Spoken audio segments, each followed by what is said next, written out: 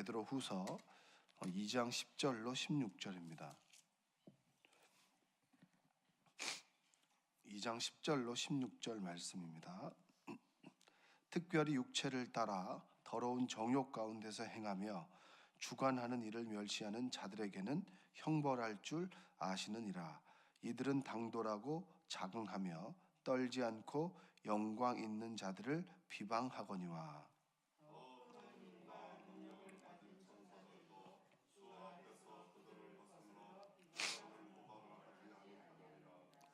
그러나 이 사람들은 본래 잡혀 죽기 위하여 난 이성 없는 짐승 같아서 그 알지 못하는 것을 비방하고 그들의 멸망 가운데서 멸망을 당하며.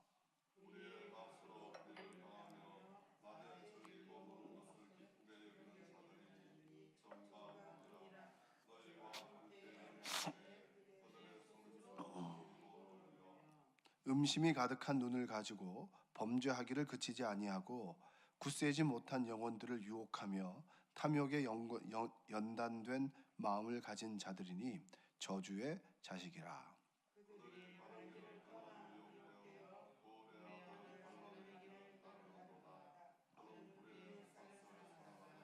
함께 읽겠습니다.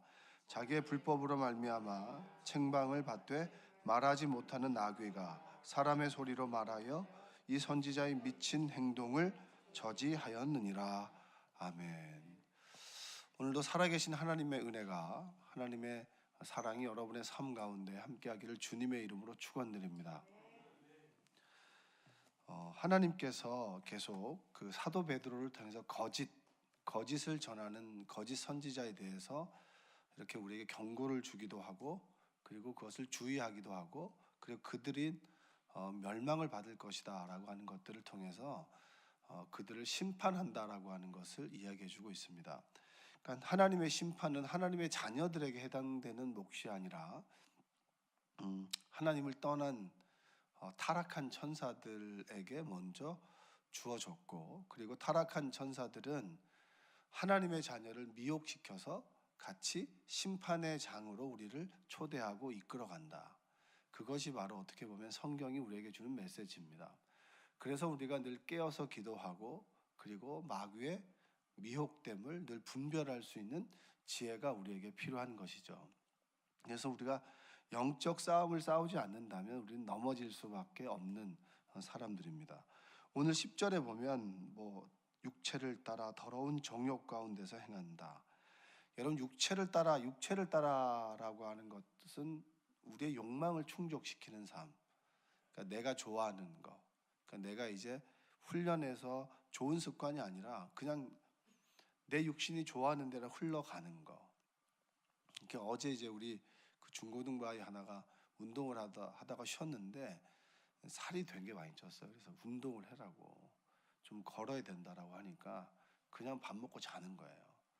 근데 그게 이제 우리의 본성이잖아요. 편하려고 하는 거. 그냥 좀 더 자자, 좀 더 편히 쉬자. 이것이 사실 우리의 본능 아니겠습니까? 이것대로 살아가는 삶이 육체를 따라 살아가는 삶입니다. 그러니까 선을 행하는 것은 의지와 결단이 필요한데, 악을 행하는 것은, 쉽게 말하면 남을 험담하는 것은 의지와 결단이 필요 없어요. 그냥 우리가 정신줄을 놓으면 어떻게 하죠? 다른 사람 험담하고 있고 악의 자리에 가 있고 우리가 미혹되어 있는 모습을 보게 되는 것입니다. 그것을 육체를 따라 더러운 정욕 가운데서 행한다. 이것은 우리의 삶을 주관하는 하나님을 멸시하는 것이고, 그리고 11절에 참 재미있는 게 있어요. 한번 읽어보겠습니다. 자, 시작.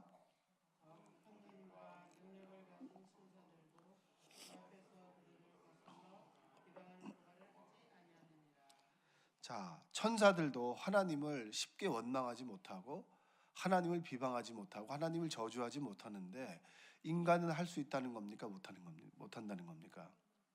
우리는 늘 하나님을 원망하고 하나님을 저주할 수도 있어요. 그래서 욥의 아내가 뭐하죠? 욥이 너무 고난 가운데 있으니까 차라리 주신 분도 여호와시고 거두어 가신 분도 여호와시다, 그런 고백하지 마라. 당신의 마음의 심중에는 하나님을 원망하는 마음이 있지 않느냐. 그러면 차라리 하나님을 저주하고 죽는 것이 낫다. 괜히 이렇게 구질구질한 삶을 살아가는 것보다 차라리 하나님을 멋지게 저주하고 죽어라. 그게 더 인간적이지 않냐. 여러분 욥의 아내의 말에 대해서 어떻게 생각하세요? 참 나쁜 여자라고 생각하세요? 여러분들 하나님 원망한 적 없나요? 어느 순간 욥의 아내의 마음이 이해가 됐습니다. 왜냐하면 힘들고 어려우면 하나님 원망할 수 있죠. 왜냐 하나님의 뜻도 모르고. 하나님이 우리 고난에 대해서 설명을 해주시나요? 너가 며칠을 지나면 이런 고난을 당하게 될 거야. 제 친구 아버님께서 이제 목사님이신데 친구는 미국에 있습니다. 미국에 있는데 제가 이제 그 교회에서 한 1년 정도 그 아버님 밑에서 있었는데 아버님은 참 잘해 주시려고 했던 것 같은데 저는 별로 그렇게 그 마음을 그냥 대면했던 것 같아요. 근데 지금 이제 연세가 있으시고 마지막에 또 목회적인 판단을 좀 미스하신 부분도 있고 지금은 혈액암인가 그 비슷한 부분으로 인해서 지금 누워 계시는데 스스로를 얘기할 때 식충이라고 얘기한다는 거예요. 식충. 누워 있다가 살짝 누가 일으켜주면 밥만 먹고 누워 있고 밥만 먹고 누워 있고 죽음을 기다리는 그러면서도 한 줄기 희망과 소망을 가지고 있는 그래서 스스로를 자조 섞인 이야기로 할 때 식충이라고 한다는 거예요. 그러니까 아들은 사실은 이제 죽음을 준비하십시오라고 하는 얘기를 하는데 선조 세대와 우리 세대는 다릅니다. 저희 세대는 이제 사실 죽음에 대해서도 해석하고 죽음을 준비하고 그리고 죽음 어떻게 하면 잘 죽을 수 있느냐라고 하는 것이 학문적으로 정립되어 있기 때문에 그런 것을 공부하기도 합니다. 자, 식충이라고 하는 얘기를 하실 때까지 하나님께 얼마나 많은 기도를 드렸고 하나님께 얼마나 많은 것을 구했을까요? 근데 하나님께서 너가 이런 병에 걸릴 거고 이런 상황이 될 거야라고 하는 것들을 하나님께서 친절하게 설명을 해 주셨나요? 그렇지 않죠. 우리는 그 의미를 몰라요. 그렇기 때문에 피조물입니다. 그리고 우리는 인간이죠. 언제 병이 올지 몰라요. 여러분도 저도. 제가 여러분보다 먼저 하늘나라로 갈 수 있죠. 그리고 여기 계신 분들이 저보다 훨씬 더 일찍 갈 수 있는 분들도 있습니다. 분명한 것은 인정하든 인정하지 않건 간에 그때와 그 시는 몰라도 분명한 것은 여러분과 저에게는 고난이 있고 육신의 질병이 있고 어려움이 있고 그리고 인생의 마지막 끝이 있다라고 하는 것은 진리입니다. 믿으십니까? 인정하셔야죠. 인정할 때부터 하나님에 대한 믿음이 생겨나지 않겠습니까? 믿음은 그냥 생겨나는 게 아니에요.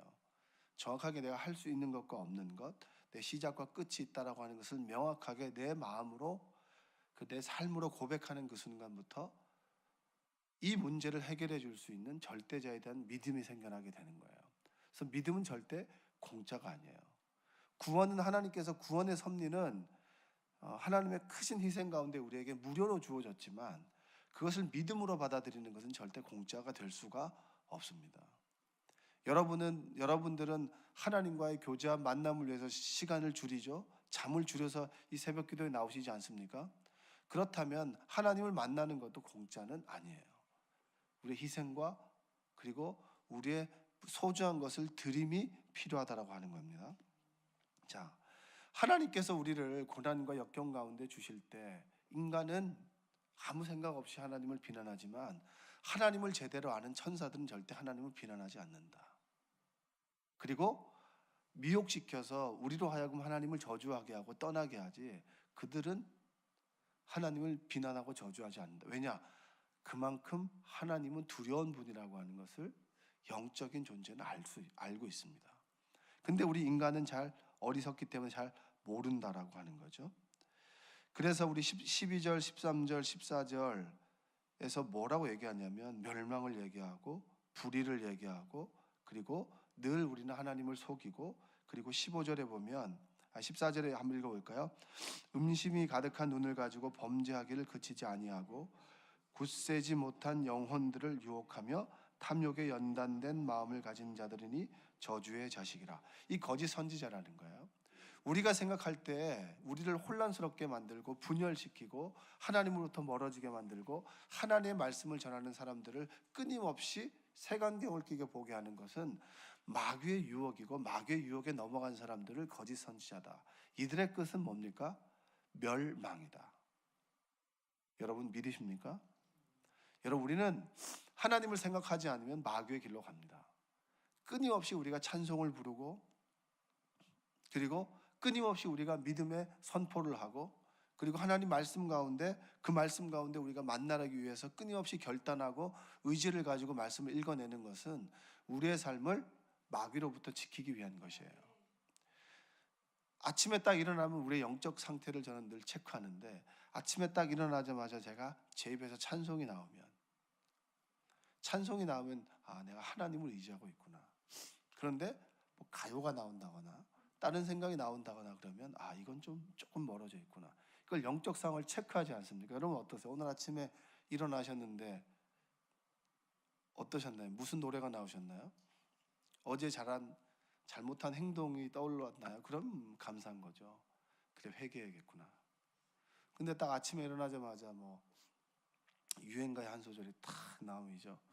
어떻게 되는 거죠? 우리가 지금 마음이 조금 하나님으로부터 조금 멀어져 있구나. 근데 아침에 딱 일어났는데 평화로다. 하늘 위에서 내려오네. 이런 찬양이 나온다고 하죠. 우리가 하나님과 좀 가까이 있구나. 이것들을 체크하지 않습니까? 다행히도 오늘은 찬송이 나왔습니다. 저에게는.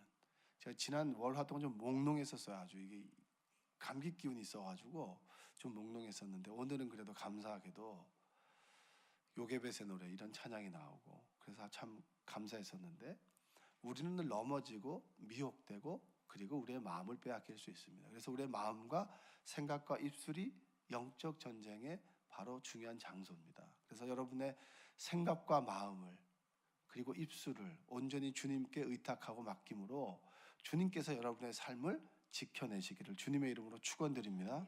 아멘. 자, 그러면 이런 거짓 선지자들 속에서 하나님은 어떤 분인가?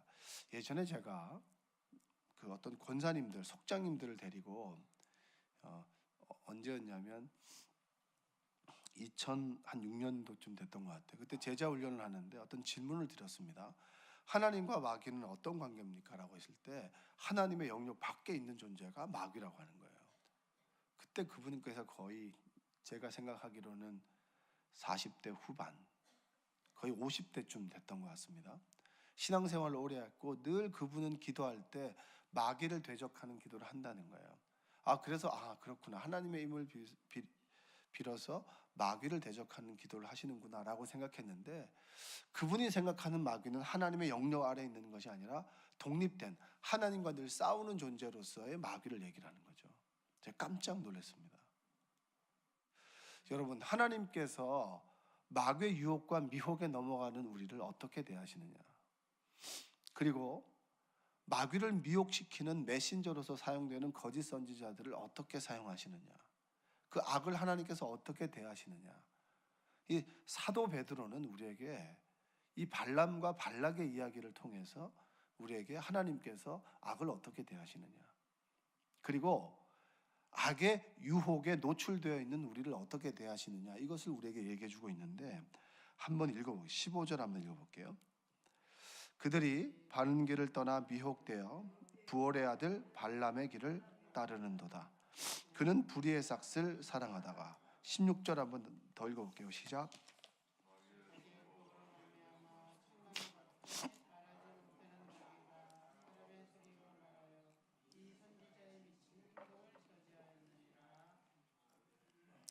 하나님은 선이신 하나님입니다. 할렐루야. 근데 하나님의 자녀이 악에 빠져 있을 때 끊임없이 그의 인생을 선으로 바꾸시고 선으로 초청하시는 분이 누구죠? 하나님이세요. 할렐루야. 한번 고백해 볼까요? 하나님은 악을 선으로 바꾸시는 분입니다. 우리의 믿음의 고백 아닌가요? 여러분의 자녀가 하나님을 떠나 악 가운데 있을 때 그들을 선으로 인도하시는 분이 누구시죠? 하나님. 고백하십시오. 누구라고요? 하나님이세요. 성령의 모든 역사는 그렇지 않습니까? 인류가 하나님을 떠나 악으로 빠졌을 때 끊임없이 하나님은 징계든 채찍이든 간에 사람의 채찍과 인생의 채찍을 가지고 뭐죠? 우리를 선으로 인도하시는 분입니다. 그 예를 드는 것이 뭐냐면 이스라엘 민족이 출애굽을 하면서 광야에 갔을 때, 광야 생활을 했을 때 모압이 그 이스라엘 민족을 굉장히 두려워했습니다. 그러니까 모압은 어떻게 보면은 요단의 동편에 있었죠. 요단의 동편에 있었던 모압이 굉장히 이스라엘 민족을 두려워했습니다. 그래서 모압의 왕 발락이라고 하는 사람이 부올의 아들 발람, 이 발람은 선지자인데 그를 통해서 이스라엘 민족을 저주케 하는 그러한 저주를 이제 선포하라고 얘기를 했죠. 그래서 돈을 줬습니다. 그런데 이 발람이라고 하는 사람이 이 발락의 얘기를 듣고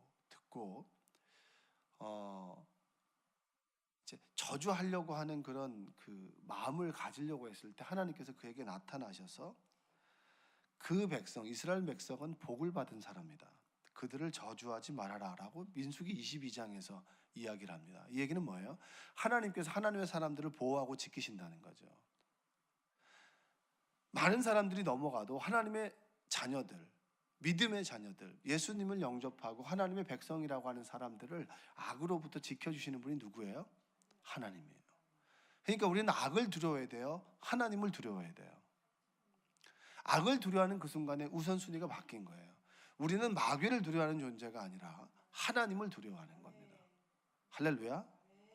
늘 우리가 두려움의 대상으로 삼아야 되는 분은 누구냐면 생사화복을 주관하시는 하나님이시지 마귀가 아니라고 하는 겁니다. 자, 그들을 저주하지 말라고 해서 발람이 거부를 하는데 발락이 또 더 높은 신하들을 보내서 발람을 통해서 저주하라고 이렇게 얘기합니다. 그래서 발람이 꿈을 꾸는데 하나님께서 발람에게 가라, 길을 떠나라. 그런 꿈에 그런 말을 하세요. 그래서 그날 아침에 이제 발람이 나귀를 타고 길을 걸어가는데 갑자기 나귀가 멈춰버린 거예요. 늘 동고동락하던 나귀가 길에 멈춰버리니까 이 발람이 이 나귀를 막 치죠. 채찍질을 하는 거예요. 그래도 이 나귀가 움직이지 않아요. 몽둥이로 치고 그리고 따귀를 때리는데 갑자기 이 나귀가 말문이 열려버립니다. 말문이 열려서 이 발람과 나귀가 이야기를 하는, 여러분들의 가정에도 여러분이 사랑하는 반려견이 입이 열리기를 개인적으로 소망합니다. 그래서 대화할 수 있었으면 좋겠습니다.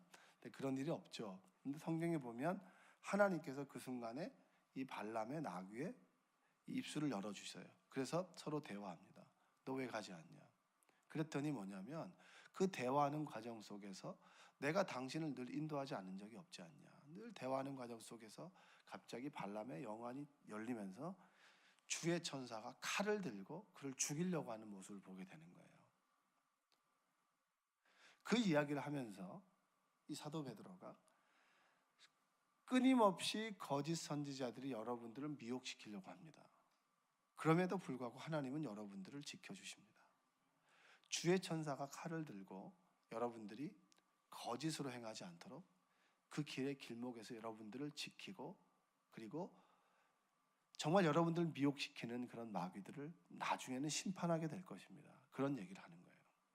여러분, 하나님은 우리를 악에서 선으로 인도하시는 분입니다. 여러분의 인생을 악에서 선으로 바꾸시는 분입니다. 우리를 고난에서 우리를 이끌어내어서 우리를 천국으로 인도하시는 분이 누구십니까? 우리가 믿는 하나님입니다. 그래서 사도 베드로는 결론적으로 뭘 얘기를 하느냐? 두려워하지 마십시오. 거짓 선지자를 두려워하지 말고 그들을 거짓으로 인도하는 그런 마귀의 존재도 두려워하지 말고 우리의 생명을 주관하시는 하나님을 두려워하시고 그 두려움의 대상인 하나님께서 우리를 인도해야 될 것입니다. 그 얘기를 여러분들에게, 그런 믿음의 공동체에게 하고 있는 겁니다. 여러분, 하나님께서 여러분의 인생을 바꾸게 되는 그런 고백이 있기를 주님의 이름으로 축복합니다. 이 발람이 이런 얘기를 해요. 민수기 24장 13절에 보면 가령 발락이 그 집에 가득한 은금을 내게 줄지라도 나는 여호와의 말씀을 어기고 선악간에 내 마음대로 행하지 못하고 여호와께서 말씀하신 대로 말하리라 하지 아니하였나이까. 너가 얼마나 큰 은금을 준다고 해도 나는 절대로 하나님께서 시킨 말을 하지 거짓된 말을 하지 않겠습니다. 당신들을 저주하지 않겠습니다. 여러분, 하나님께서 여러분의 인생에서 악을 막아주시고 선으로 인도하시고, 그리고 저주를 막아주시고 축복을 여러분에게 선포해 주신 줄로 믿습니다. 우리는 복의 자녀이지 저주의 자녀가 아니고, 그리고 마귀에게 끌려서 지옥 갈 존재가 아니라고 하는 거예요. 하나님께서 여러분의 삶을 늘 인도하시고, 여러분의 자녀를 인도하시고, 여러분의 미래 인생을 인도해 나가실 줄로 믿습니다. 흔들리지 않는 믿음 가지고 살아가시기를 주님의 이름으로 축복합니다. 늘 선포하셔야 돼요. 나사렛 예수님의 이름으로 명하노니 마귀는 떠나갈지어다. 떠나가 주세요가 아니에요. 우리는 그런 존재가 아니란 말입니다. 나의 아버지가 하나님이에요. 여러분의 존재 아버지가 누굽니까? 하나님이에요. 하나님이기 때문에 우리가 두려워할 필요 없고 놀랄 필요가 없고, 나와 함께 계시는 하나님과 함께 계시기에 내가 그분과 동행한다. 그 동행하는 삶이야말로 늘 복된 삶이고 평화로고, 그리고 평안한 삶인 줄로 믿습니다.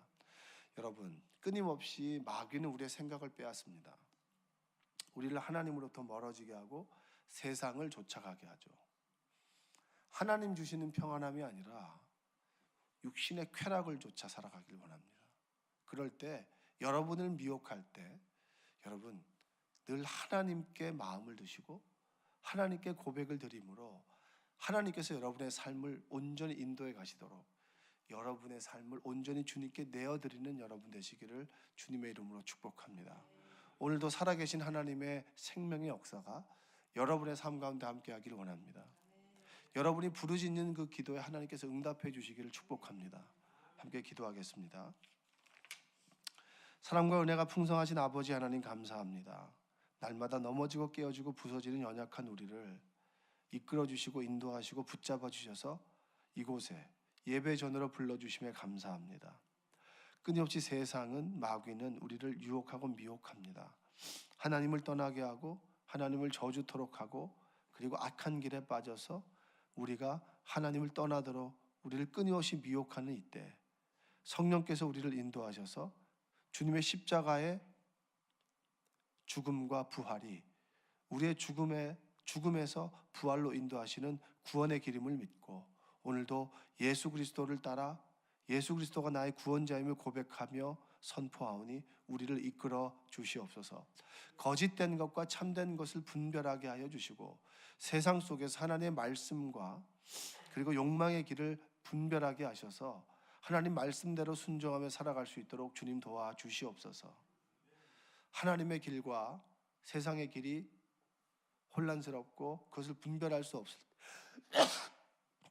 없을 때 하나님께서 정말 함께 동행하셔서 끊임없이 하나님의 길을 묻고 멈추어 서서 하나님의 뜻을 기다리는 우리에게 하나님께서 역사하시고 인도하신다는 믿음을 가지고 오늘 하루를 살아가게 하여 주시옵소서. 오늘도 삶의 고난과 역경과 어려움 가운데 있는 성도들이 있습니까? 자녀를 위해서 눈물로 기도하는 성도들이 있습니까? 사업적인 어려움과 경제적인 어려움과 육신의 질병으로 아파하고 힘들어하는 성도들이 있습니까? 위로하시고 고쳐주시고 함께하여 주시옵소서. 우리의 기도가 우리의 삶을 변화시키고, 우리의 기도가 우리의 가정을 변화시키고, 우리의 기도가 우리의 공동체를 변화시키고, 우리의 기도가 우리 나라와 이 세계를 변화시키는 줄로 믿사오니 하나님의 능력이 임하는 것을 눈으로 보게 하여 주시고, 늘 하나님을 두려워함으로 하나님을 경외하는 믿음의 삶을 살아가도록 주님 우리를 인도하여 주옵소서. 오늘 하루도 온전히 주님께 맡깁니다. 우리의 삶을 인도하여 주옵소서. 예수님의 이름으로 기도합니다. 아멘.